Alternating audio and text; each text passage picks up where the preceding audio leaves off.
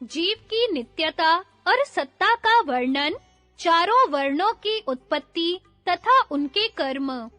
भरद्वाज ने पूछा, भगवन, मृत्यु के समय जो गोदान किया जाता है, उसका क्या स्वरूप है? मुमूर्ष पुरुष यह समझकर कि यह गौ परलोक में मुझे तार देगी, उसे दान करता है, परंतु वह तो दान करके मर जाता है, फिर वह गौ किसे तारेगी?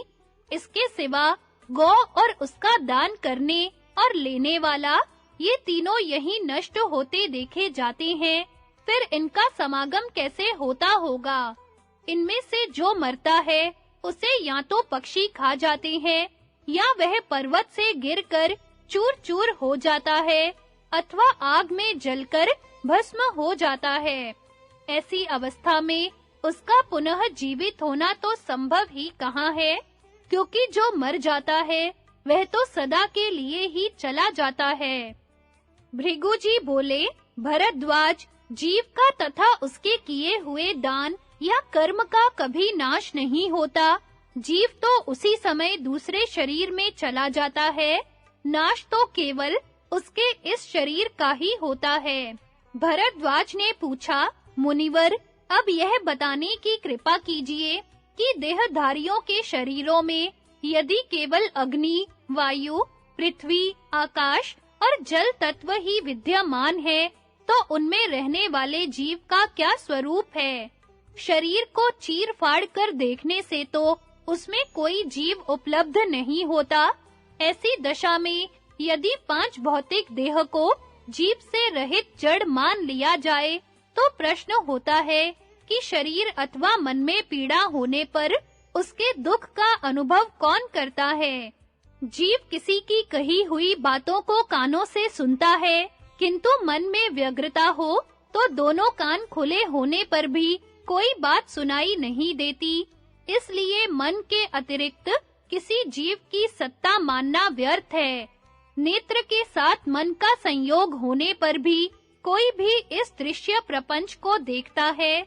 मन के व्याकुल होने पर तो वह देखकर भी नहीं देख पाता। इसी प्रकार नींद में पड़ा हुआ प्राणी संपूर्ण इंद्रियों के रहते हुए भी ना देखता है, ना सूंघता है, ना सुनता है और ना बोलता ही है। स्पर्श और रस का भी उसे अनुभव नहीं होता। अतः जिज्ञासा होती है कि इस शरीर में कौन हर्ष और क्रोध करता है, किसे शोक एवं उद्वेग होता है, इच्छा, ध्यान, द्वेष और बातचीत करने वाला कौन है? भृगु जी ने कहा, मुने, मन भी पंचभूतों के ही अंतर्गत है। शरीर में उसकी कोई अतिरिक्त सत्ता नहीं है। एकमात्र अंतरात्मा ही इस देह का संचालन करता है। वही रूप, रस, गंध, स्पर्श और शब्द का तथा दूसरे गुणों का भी अनुभव करने वाला है। वह पांचों इंद्रियों के गुणों को धारण करने वाला मन का दृष्टा है और वही इस 5 भौतिक देह के प्रत्येक अवयव में व्याप्त होकर सुख दुख का अनुभव करता है। जब आत्मा का शरीर के साथ संबंध नहीं रहता, तो इस देह को सुख दुख का भान भी नहीं रहता। जब शरीर में स्थित अग्नि स्वरूप आत्मा इससे पृथक हो जाता है, उस समय शरीर को रूप, स्पर्श तथा आग की गर्मी का ज्ञान नहीं रहता और इसकी मृत्यु हो जाती है। आत्मा जब प्रकृति के गुणों से युक्त होता है, तो उसे क्षेत्रज्ञ कहते हैं और उन्हीं गुणों से जब वह मुक्त हो जाता है, तो उसे परमात्मा कहते हैं। क्षेत्रज्ञ को तुम आत्मा ही समझो। वह कमल के पत्ते पर पड़े हुए जल बिंदु की तरह इस शरीर में रहकर भी इससे पृथक ही है। उसके ज्ञान से संपूर्ण जगत का कल्याण होता है। वही सबसे चेष्टा कराता और करता है। देह के नष्ट हो जाने पर भी जीव का नाश नहीं होता। जो जीव की मृत्यु बतलाते हैं, वे अज्ञानी हैं और उनका वह कथन मिथ्या है। जीव तो मृत देह का त्याग करके दूसरे शरीर में चला जाता है। शरीर का नाश ही मृत्यु है। इस प्रकार आत्मा संपूर्ण प्राणियों के भीतर छिपा हुआ है। अविद्या से आच्छादित होने के कारण वह प्रकाश में नहीं आता। तत्वदर्शी महात्मा ही अपनी तीव्र और सूक्ष्म बुद्धि से उसका साक्षात्कार करते हैं। जो विद्वान परिमित आहार करके रात के पहले और पिछले पहर में सदा ध्यान योग का अभ्यास करता है, वह चित्त शुद्ध होने पर अपने अंतःकरण में ही उस आत्मा का दर्शन कर लेता है। अंतःकरण शुद्ध हो जाने पर उसका शुभाशुभ कर्मों से संबंध टूट जाता है और वह प्रसन्नात्मा पुरुष आत्म स्वरूप में स्थित होकर अनंत आनंद का अनुभव करता है। ब्रह्मा जी ने सृष्टि के प्रारंभ में अपने तेज से सूर्य और अग्नि के समान प्रकाशित होने वाले ब्राह्मणों, मरीचि आदि प्रजापतियों को ही उत्पन्न किया। फिर स्वर्ग प्राप्ति के साधन भूत सत्य, धर्म, तप, सनातन वेद, आचार और शौच के नियम बनाए। तदनंतर देवता, दानव, गंधर्व, दैत्य, असुर, महान, सर्प, यक्ष, राक्षस, नाग, पिशाच और मनुष्यों को उत्पन्न किया। मनुष्यों के 4 वर्ण ब्राह्मण, क्षत्रिय, वैश्य तथा शूद्र का विभाग किया तथा इसी प्रकार प्राणियों में जो और वर्ण हैं उनकी भी रचना की। ब्राह्मणों का रंग श्वेत, क्षत्रियों का लाल, वैश्यों का पीला तथा शूद्रों का काला बनाया। भरद्वाज ने पूछा, मुनिवर, हम में से काले गोरे सभी मनुष्यों पर समान रूप से काम, क्रोध, भय, लोभ, शोक, चिंता, भूख और थकावट का प्रभाव पड़ता है। सभी के शरीर से पसीना, मल मूत्र, कफ, पित्त और रक्त निकलते हैं। ऐसी दशा में रंग के द्वारा कैसे वर्ण विभाग किया जा सकता है? वृक्ष आदि स्थावरों तथा पशु पक्षी आदि जंगम प्राणियों में असंख्य जातियां हैं। उनके रंग भी नाना प्रकार के हैं। अतः उनके वर्णों का निश्चय कैसे हो सकता है? भृगु जी ने कहा, पहले वर्णों में कोई अंतर नहीं था। ब्रह्मा जी से उत्पन्न होने के कारण सारा संसार ब्राह्मण ही था। पीछे विभिन्न कर्मों के कारण उसमें वर्ण भेद हो गया। जो अपने ब्राह्मणोचित धर्म का परित्याग करके विषय भोग के प्रेमी बन गए, तीखे और क्रोध स्वभाव के हो गए, साहस का काम पसंद करने लगे और इन कारणों से जिनके शरीर का रंग लाल हो गया, वे ब्राह्मण क्षत्रिय के नाम से प्रसिद्ध हुए। जिन्होंने गौओं की सेवा ही अपनी वृत्ति बना ली, जो खेती से जीविका चलाने के कारण पीले पड़ गए और अपने ब्राह्मण धर्म को छोड़ बैठे, उन द्विजों को वैश्य कहा जाने लगा। जो शौच और सदाचार से भ्रष्ट होकर हिंसा और असत्य के प्रेमी हो गए और लोभवश सब तरह के काम करके जीविका चलाते हुए काले पड़ गए, वे शूद्र कहलाए। इस प्रकार ये 4 वर्ण हुए जो ब्राह्मण वेद की आज्ञा के अनुसार चलते और सदा ही वेद, व्रत तथा नियमों को धारण किए रहते हैं। उनकी तपस्या कभी नष्ट नहीं होती। जो इस सृष्टि को पर ब्रह्म स्वरूप नहीं जानते, वे द्विज कहलाने के अधिकारी नहीं है।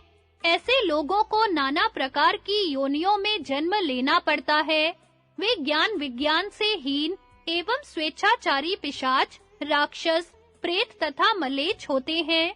पीछे से ऋषियों ने अपनी तपस्या के बल से कुछ ऐसी प्रजा उत्पन्न की जो वैदिक संस्कारों से संपन्न तथा अपने धर्म कर्म में दृढ़ता पूर्वक डटी रहने वाली थी। किंतु जो आदि देव ब्रह्मा से उत्पन्न हुई है, जिसकी जड़ मूल ब्रह्मा जी ही है और जो अक्षय, अव्यय तथा धर्म में तत्पर रहने वाली है, वह सृष्टि मानसी कहलाती है। भरद्वाज जी ने पूछा, विप्रवर, अब मुझे यह बताइए कि कौन सा कर्म करने से मनुष्य ब्राह्मण, क्षत्रिय, वैश्य अथवा शूद्र होता है?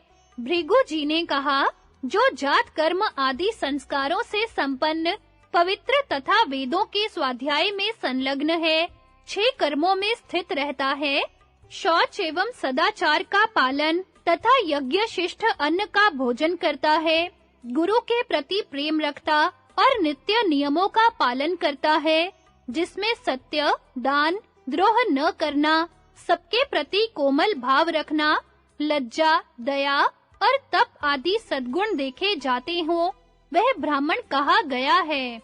जो युद्ध आदि कर्म करता और वेदों के अध्ययन में लगा रहता है, ब्राह्मणों को दान देता और प्रजा से कर लेकर उसकी रक्षा करता है, उसको क्षत्रिय कहते हैं।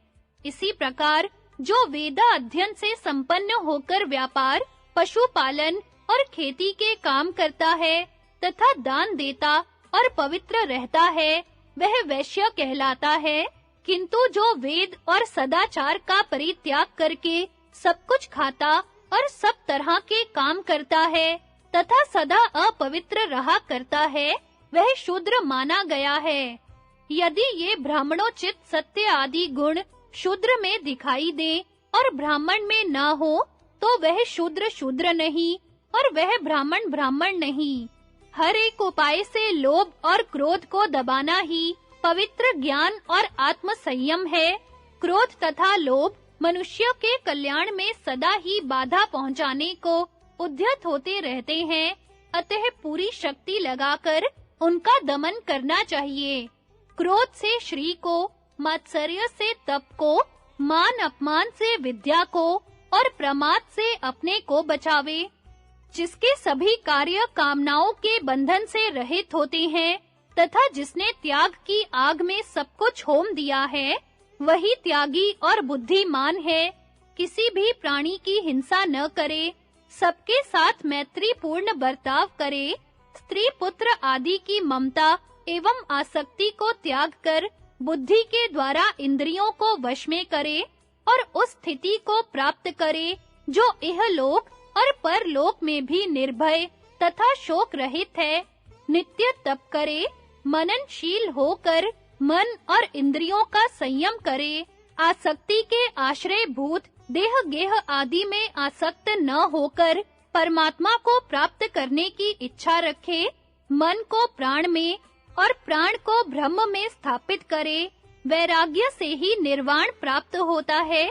उसे पाकर किसी अनात्म पदार्थ का चिंतन नहीं होता। ब्राह्मण संसार से पर वैराग्य होने पर परब्रह्म परमात्मा को अनायास ही प्राप्त कर लेता है। सर्वदा शौच और सदाचार का पालन करना तथा संपूर्ण प्राणियों पर दया रखना, यह ब्राह्मण का लक्षण है।